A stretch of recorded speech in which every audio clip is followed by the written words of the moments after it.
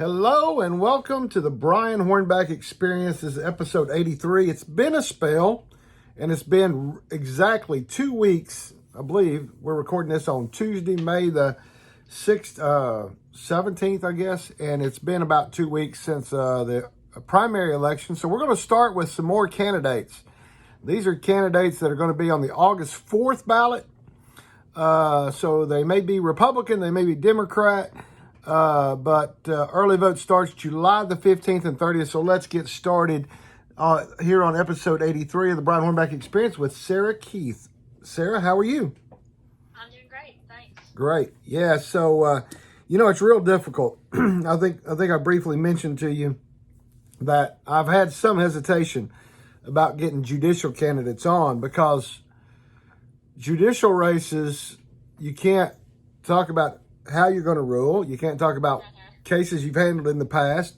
You can't talk about what a dirty, rotten scoundrel your opponent may or may not be. So it's, kind of fluid. I'm not sure. I really don't think that I interviewed any judicial candidates that I can remember in the primary. But hey, here we go. So you are running for General Sessions Judge Division 1. Yes. We have 5 General Sessions judges, and so you are a Democrat running, but now in the general election, people can pick and choose what side of the ballot they get on, and obviously I'm a Republican, have been all my life, but I believe in giving everybody that's on the ballot a fair chance. And I think that voters need to hear from every candidate, and that's what I've always tried to do in the 17 years I've had BrianHornback.com and what I'm doing now. So let's talk about the fact that I believe you graduated from, first of all, you grew up in Helenwood, Tennessee.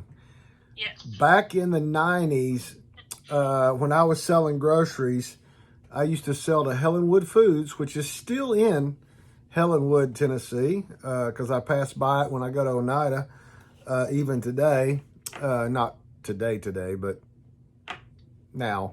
These days. And I think Mike Ward, was the owner of Helenwood back in the 90s. I don't know if he still is or not. But up in Scott County, and then you come from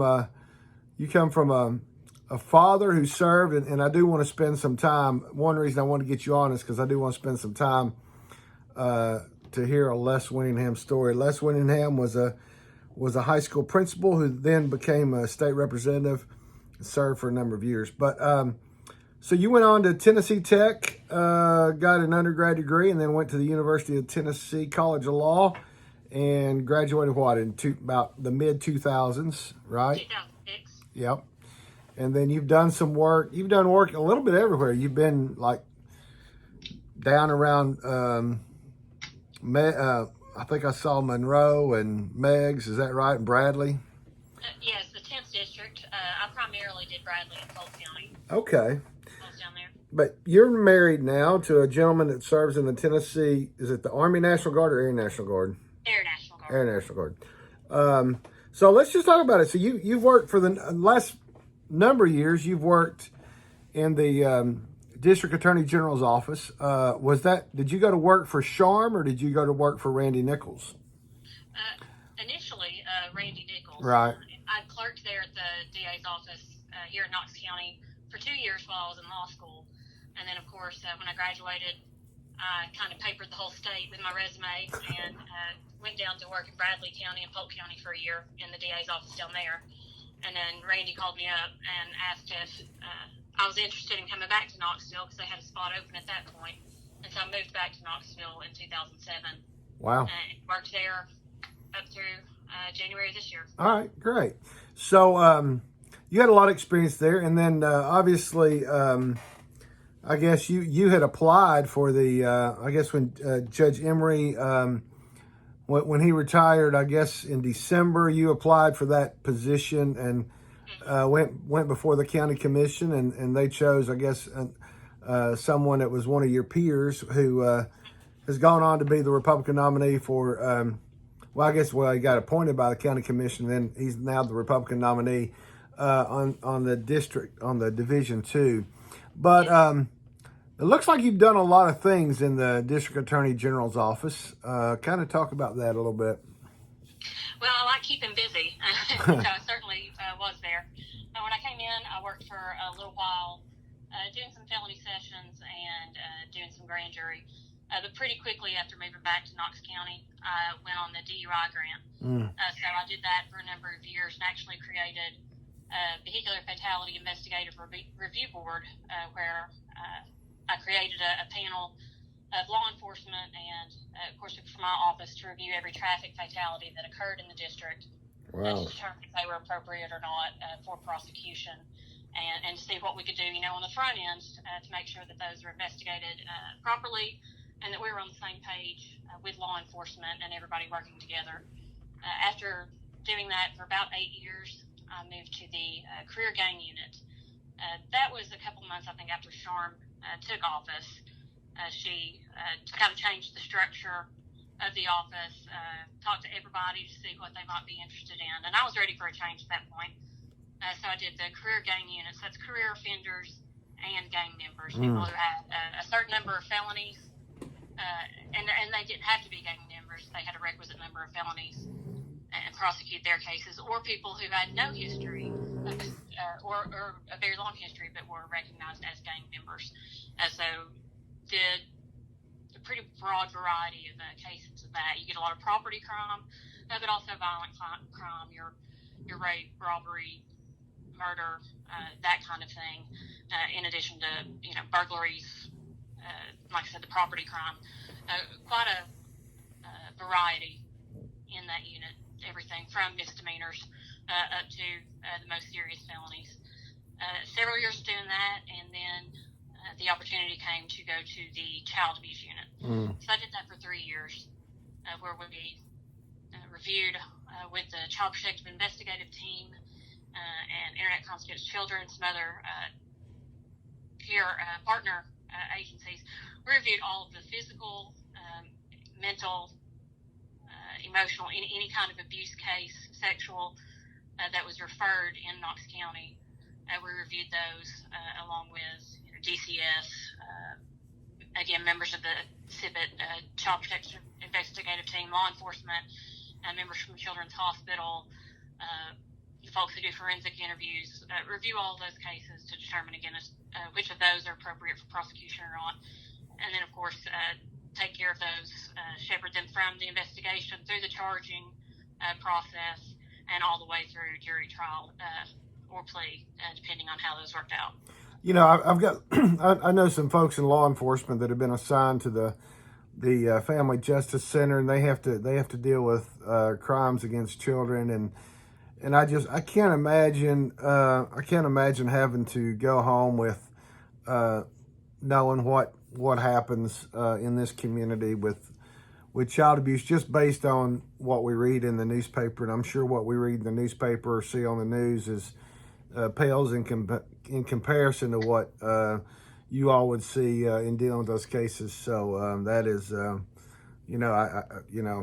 I commend anybody that can endure that work and attempt to get justice served on folks that abuse children. So in January, you've gone into private practice now, and now running for General Sessions Judge. How's now being in private practice, you have to, I guess you have to get out and hustle up work. And how are you transitioning into private practice now? I'll tell you what, between campaigning and doing private practice on my own, I have 2 full-time jobs. So it is a lot of work, but it's also a lot of opportunity. It's not necessarily what I planned on the outset, but I think sometimes things happen for a reason. Sure. And I think this falls under that. It is a great opportunity to do things that I haven't done. And despite having a wide amount of experience there at the DA's office, I'm getting more civil experience now. And I've always tried to be impartial and objective in evaluating cases when I was negotiating those with the defense bar. But it's certainly a good experience to see it from the other side and evaluate it from a different position, which I think, again, makes me a better professional in whatever role I'm in the justice system.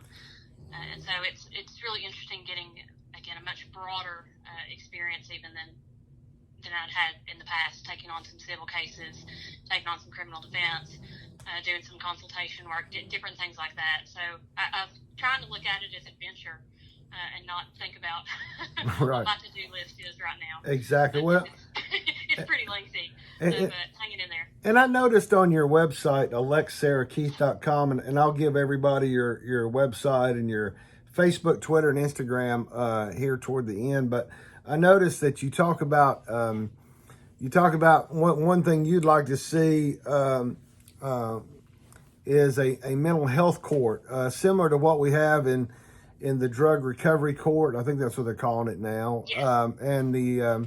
And the other courts. I guess you've seen from your experience in the District Attorney General's office, and I think all of us that are paying attention see that mental health crisis, mental illness is a crisis in this community because of the closing of Lake Shore, because of the fact that we're having to incarcerate individuals who have mental illness issues.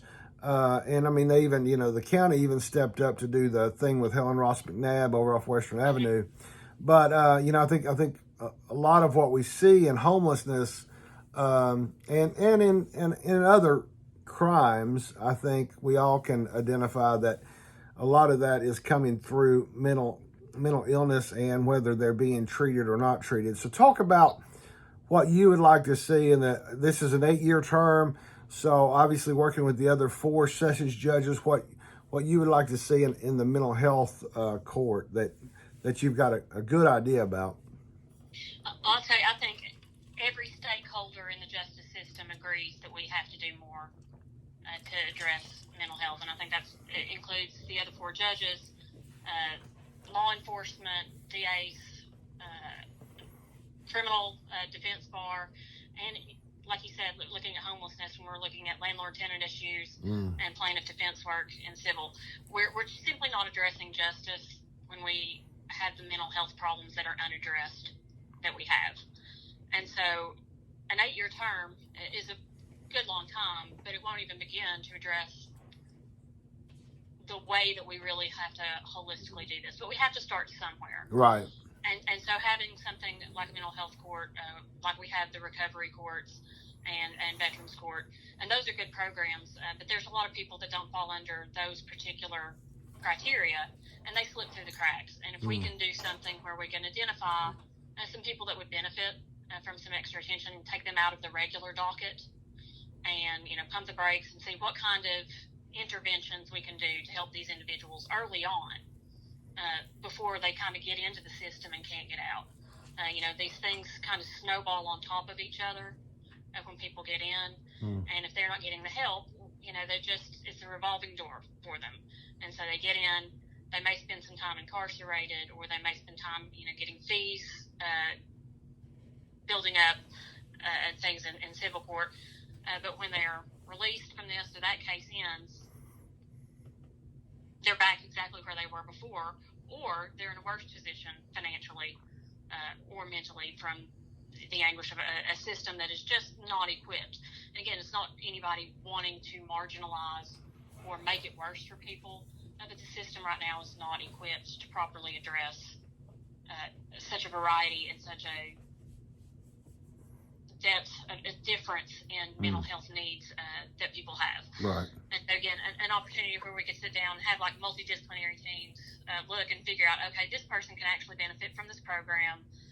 We can have additional interventions with them. We can monitor their progress, not just say, hey, you need to do this, and see if they come back the next time their court date is and see if they've done it. But have counselors and different people who will help them along. The same way of probation officers, they're kind of trying to help or monitor someone's progress when they're on probation. Having some other people that they feel like there's somebody on their team who can help them with medications or diagnoses or counseling or whatever that is. And it's not going to be appropriate for everyone. Right.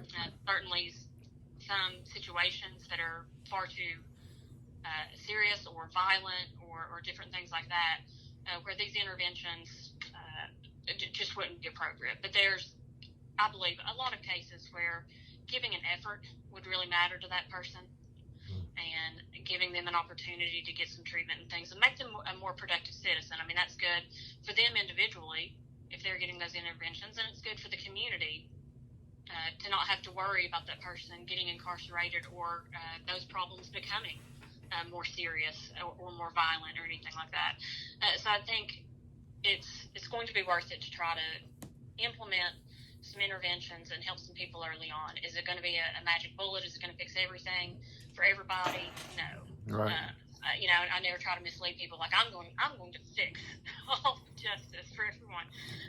But I think it matters for individuals. Well, and I think we've got to look at it on that individual level and see what we can do for folks. Well, everything has a speed bump along the way. I mean, when the drug court got started, we had the speed bump of of the judge that was assigned to that having a problem of his own, and I think that's, obviously that's been cured, and so the drug courts, I think that obviously was handled with a criminal court judge, but I think everything can get improved, but we got to start somewhere. So. Well, we're about halfway in, so I do want to talk a little bit about the fact that your father was a public school principal, I believe, and got elected at some point as a Democrat in Scott County to the Tennessee legislature. But what some people listening may not realize is that Scott County was pretty well considered a Republican stronghold. I mean, that's where our United States Senator Howard Baker, you came from Helenwood and Huntsville. I mean, right there where Howard Baker lived, Howard and Senator Baker and Miss Joy lived and raised their family. We attended church together. Okay, yeah, and so that was a Presbyterian church, right? Yes. Okay, so just talk. You got any good stories about your dad from the legislature? Or during his time serving, when y'all were growing up and your dad was a state representative? I think it definitely colored the way we all grew up, because I was 4, I think, when Dad was sworn in initially. And you have a twin sister, correct? Yes, yep. I have a twin sister. We're fraternal twins. I have 2 older sisters who are identical twins. Oh, wow. And then an oldest sister who is single. So. Wow. The group of us 5 girls, so Dad is eminently patient. I can tell you that. He probably enjoyed sometimes some of those drives back and forth from Nashville to Helen and having some quiet. Well, he certainly had some. If he got off Interstate 40 in Crossville or Cookville, he certainly had some winding roads to get back to Helenwood for sure. Yeah, and I think he usually did get off the interstate somewhere around there, or he would take side highways as far as he could. Of course, the entire district was 5 counties at that point. It was Scott, Pickett, Jackson, Clay, and Macon. So there wasn't a quick way to get from one end of the district to the other, and he generally preferred those roads to interstate anyway, but I truly don't know how he did it between being a principal and taking care of all of us, because he was at events and traveled back and forth all the time. It's exhausting. Even with my schedule right now, it's exhausting to think of what he was doing at the time. Oh, yeah, absolutely. Because people would ask me how I became an extrovert or how I could go and talk in front of a jury or strangers, because when I was 4 years old, my parents would hand me a stack of push cards and say, "See those strangers? Go hand them a card." That's awesome. So that was good to get that out of my system, get that kind of training. But I think, just watching the way Dad, and of course Mom, Dad, very much teamwork kind of effort, but just the way they treated people, people that they knew had voted for him and people that they knew had not voted for Dad, but they tried to be decent to everybody. And if there was an opportunity to help somebody, they were bridge builders instead of bridge burners. And I think that is definitely something I've tried to implement. that it's just better to take opportunities to build relationships rather than hold grudges, or rather than tear that kind of stuff down. It's much better to try to make friends, because somebody who's against you in the past may change their mind. Oh, sure. When you treat people like people. Well, at the end of the day, if they don't change your mind, you can still sleep at night knowing that, again, you treated people decently and you behaved the way that you didn't embarrass yourself, didn't embarrass your family. Right. Now, trying to do what was right. How many years? That's something I've tried to learn. How many years did he serve in the legislature? Oh goodness, he was there from 84 to 2010. Yeah, well, I remember 2010. So, 84. Wow, my first volunteer time in politics was when I was 16 in 1986. So that's interesting. But now you do have a story of Ronald Reagan coming and visiting your Presbyterian church, right? Well, yes, again, because Senator Baker right. was there and had invited him. At that point, I was an infant. Right. It was 1982, spring of 1982.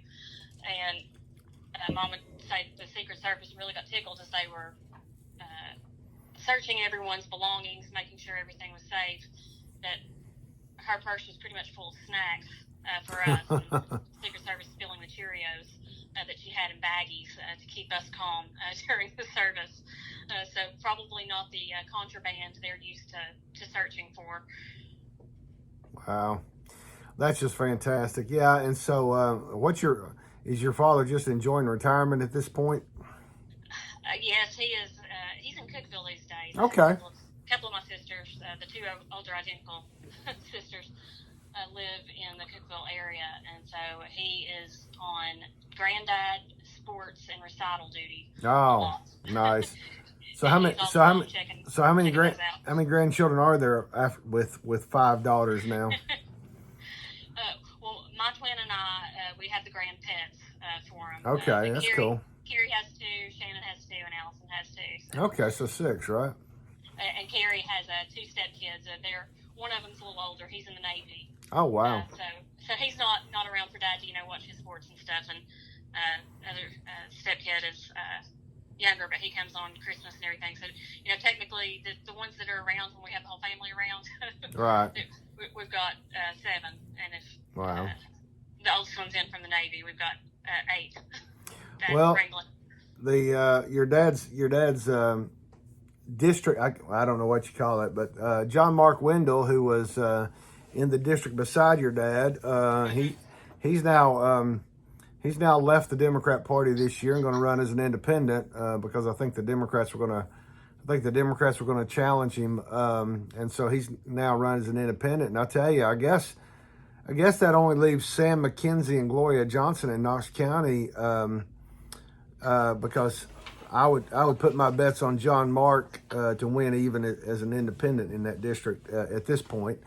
But that's probably a safe bet. But so that's so from the plateau east, it just leaves Sam and Gloria, and of course the Republicans have their eyes on Gloria's seat for sure, and of course they're running someone against Sam as well. But yeah, so.